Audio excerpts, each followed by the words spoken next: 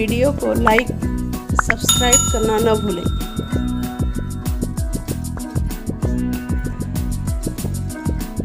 अस्सलामुअलैकुम।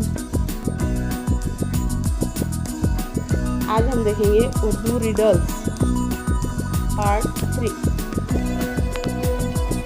सर काटे तो अमन बचे, पाँव काटो तो प्याला, अमीर खुसरो यूं कहे, रंग है उसका काला।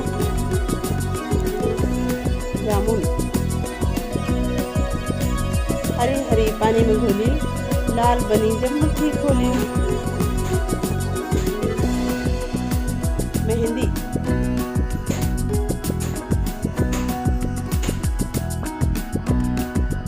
बहुत बड़ा सा एक प्याला, जैसे कोई कमरा गोल, खत्म न होगा उसका पानी, पीते जाओ डोल के डोल।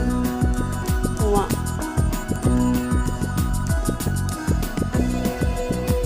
जाने किस शय का है साया, बादल सा बनकर लहरा